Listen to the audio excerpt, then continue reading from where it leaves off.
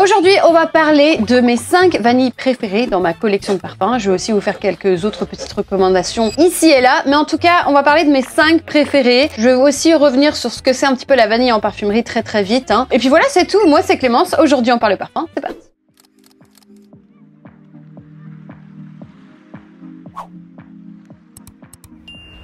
Bon, alors la vanille en parfumerie, déjà, c'est un ingrédient, une note qui est quand même hyper populaire. Tout le monde adore ça, c'est versatile, tout le monde peut en porter. Elle peut être souvent gourmande, enfin, on l'associe souvent à quelque chose de gourmand, de fort, d'intense. Et c'est pour ça qu'elle est souvent utilisée d'ailleurs en base d'un parfum, puisqu'elle a vraiment une longévité plus intense que certaines autres vanilles. Mais sachez que plus vous allez dans de la vanille naturelle, ça dépend de la méthode d'extraction. Quand vous prenez, par exemple, le pod directement de la vanille, vous avez des vanilles plus fortes, plus intense, parfois plus mielée, plus poudrée et plus animale aussi. C'est un petit peu moins connu, donc c'est pour ça que les prix souvent varient intensément entre de la vanilline synthétique qui va être très sucrée et la vanille qui est plus absolue, on va dire, et celle-ci va être plus intense et plus animale. La vanille, déjà à la base, elle peut être aussi utilisée dans des accords ambrés. C'est un ingrédient qui va créer l'accord ambré qui est souvent associé à des résines. Donc aujourd'hui, j'avais vraiment envie de parler de vanille pure. J'avais pas envie de vous parler de choses qui contiennent de la vanille parce que dans ce cas-là, il y en a beaucoup. J'avais vraiment envie de vous parler. Quand vous sentez ce parfum-là, voilà, c'est de la vanille. Vous le savez tout de suite, c'est de la vanille, ok?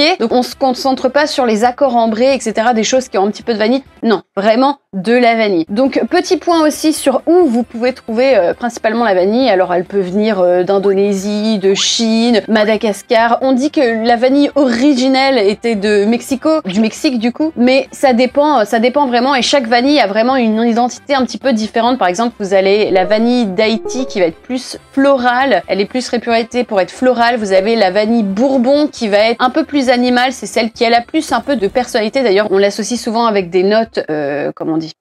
Merde.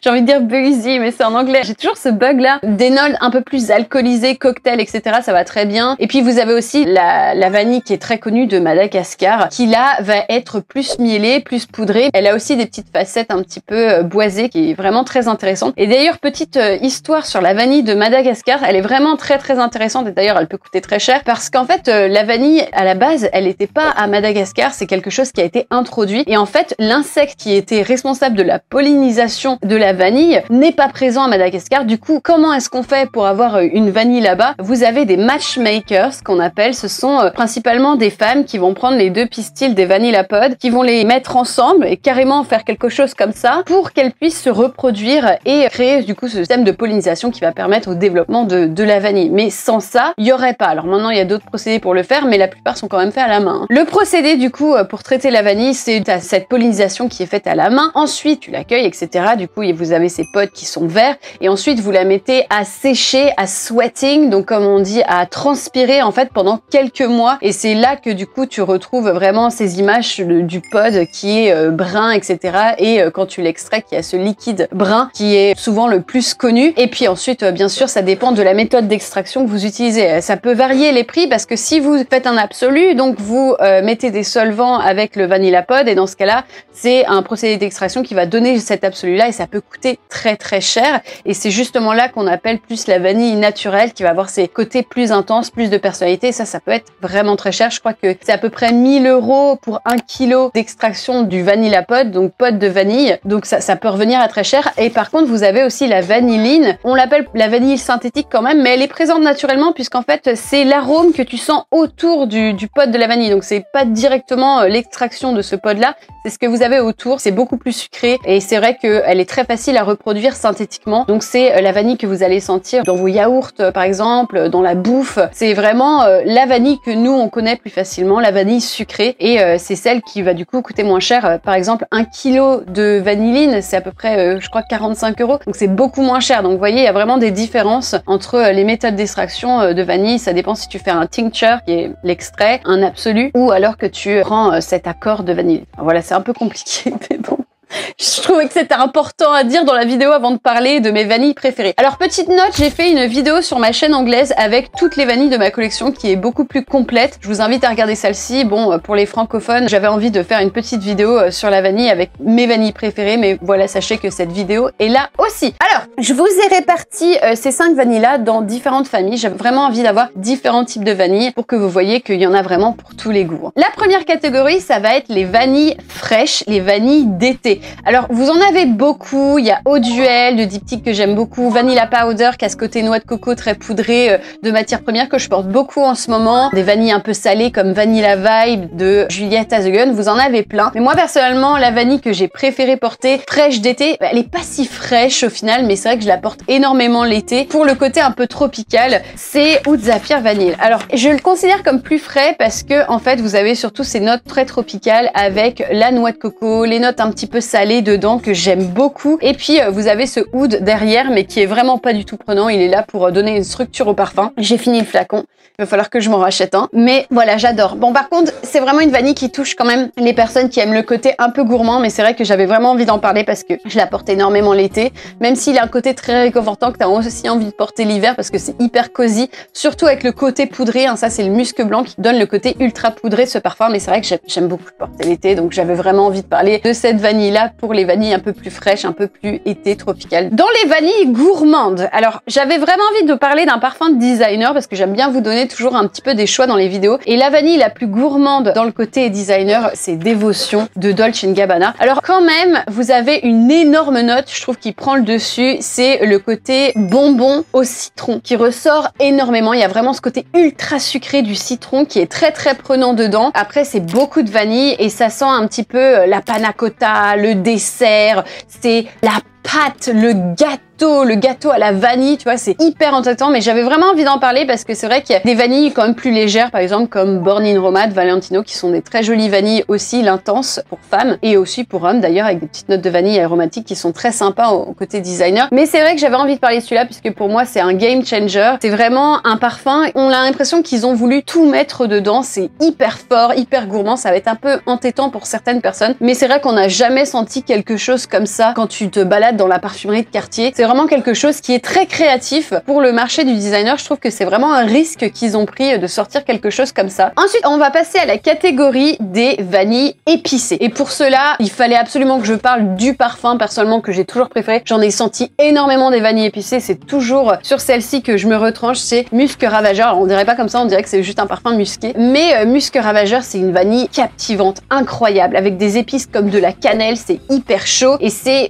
une vanille qui est un peu sale. Elle a un petit peu un côté, désolé, sexuel. C'est vrai qu'il y a un côté un peu très sale, très entêtant dedans. Alors, sachez qu'elle a été apparemment reformulée. Donc moi, j'essaye de faire ma petite enquête en ce moment sur ça. J'ai déjà contacté Frédéric Malle pour savoir s'ils avaient changé la nouvelle formulation puisque celui-là, je l'ai depuis quelques années. Donc, il est très intense, très fort, très animal. C'est hyper sexy. Ça t'en met plein la vue. Moi, je portais ça, par exemple, quand j'allais en boîte, etc. Enfin, des trucs comme ça. Enfin, ça t'en met plein la vue, quoi. Mais c'est vrai qu'apparemment, ils ont changé la formulation et que la vanille est beaucoup plus douce et il y a beaucoup moins ce côté animal. Donc sachez-le quand vous irez le sentir la prochaine fois. En tout cas, moi je fais ma petite enquête là-dessus. C'est vrai que c'est dommage si c'est le cas. J'essaye de voir si c'est partout pareil, mais sachez que eux de leur côté, ils m'ont déjà répondu et ils m'ont dit que bien sûr ils avaient des changements à faire. C'est quelque chose qui arrive surtout quand un parfum est assez ancien, puisque les régulations sur les ingrédients peuvent être un petit peu compliquées, surtout sur des parfums qui vont se tourner sur des notes un peu animales, etc. Bon là, en l'occurrence, c'est pas forcément le cas puisqu'elle est plus épicée, mais c'est vrai qu'apparemment il y a quand même des ingrédients qui ont changé selon eux, mais pour eux la qualité est toujours la même.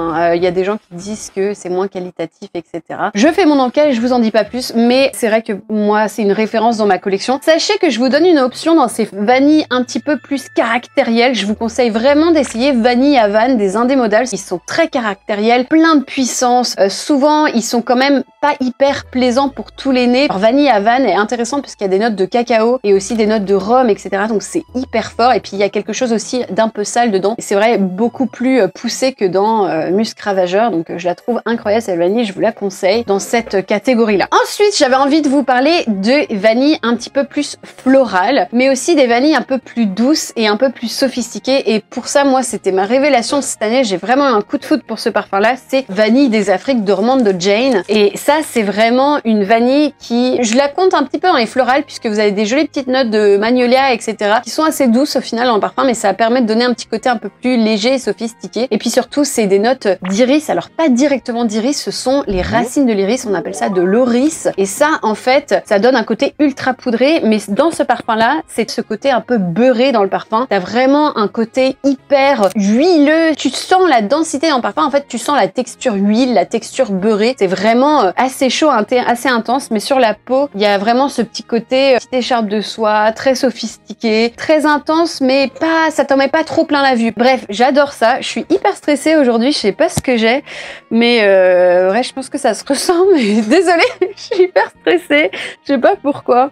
J'ai un rendez-vous juste après, donc je suis un peu stressée. Enfin bref, désolée. Et là, c'est de la vanille bourbon, donc tu sens tout de suite un peu ce caractère un peu plus boisé, un peu plus intense. Et d'ailleurs, t'as vraiment l'impression que t'as une petite note animale de oud dedans, mais en fait, c'est vraiment cette vanille bourbon qui donne ce côté-là. Et vraiment, tu le sens, ce petit côté animal dedans, sans être pour autant déplaisant. Tu vois, c'est pas vraiment, tu vas pas sentir l'animal, mais tu la sens quand même. Donc je vous préviens tout de suite, c'est vraiment une vanille qui est ultra sophistiquée. Je la trouve magnifique. J'ai hésité à mettre The Architects Club, une vanille plus boisée avec des notes de cypress, donc cypress, donc ça sent un petit peu le pin. Il y a ces petites notes un peu de baie de genévrier, je trouve qu'on sent un petit peu dans ce parfum. C'est très très beau, c'est tout en délicatesse, c'est très gauzy en fait. Mais c'est vrai que j'aime beaucoup aussi cette vanille là. Mais bon, j'ai eu du mal à choisir, comme vous voyez, c'était très difficile. Bon, et aussi j'avais envie de vous mettre une vanille un peu plus abordable, de vous parler de parfums plus faciles d'accès au niveau monétaire. Et pour ça, il faut vraiment qu'on parle de Essential Parfum Divine Vanille.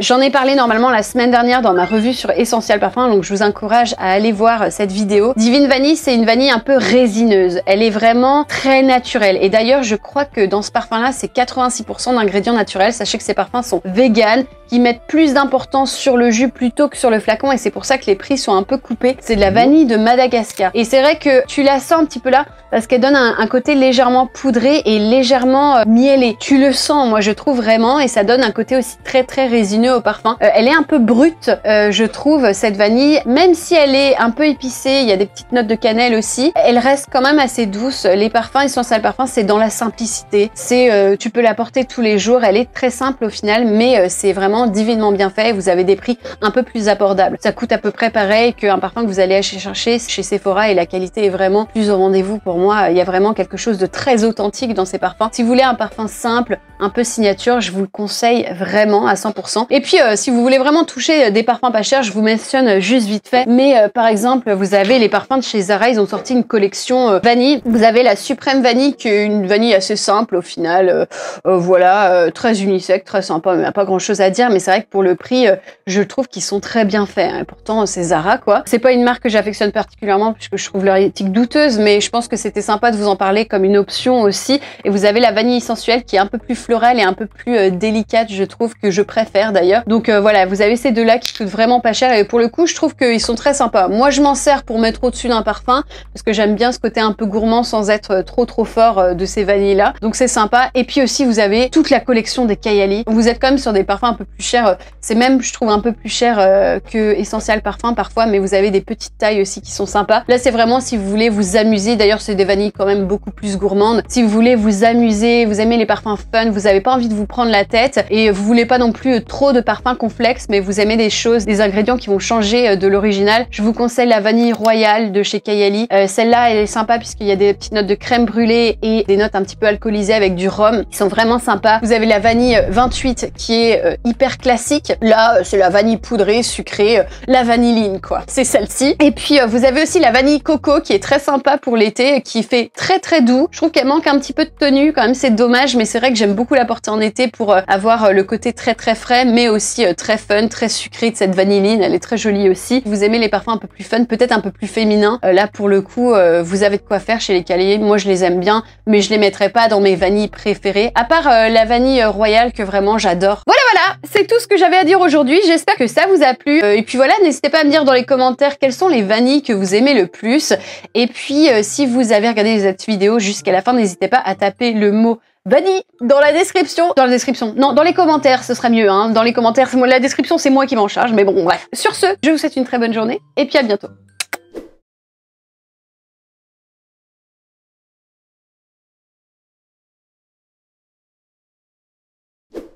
Viens, je t'emmène dans mon paradis bleu.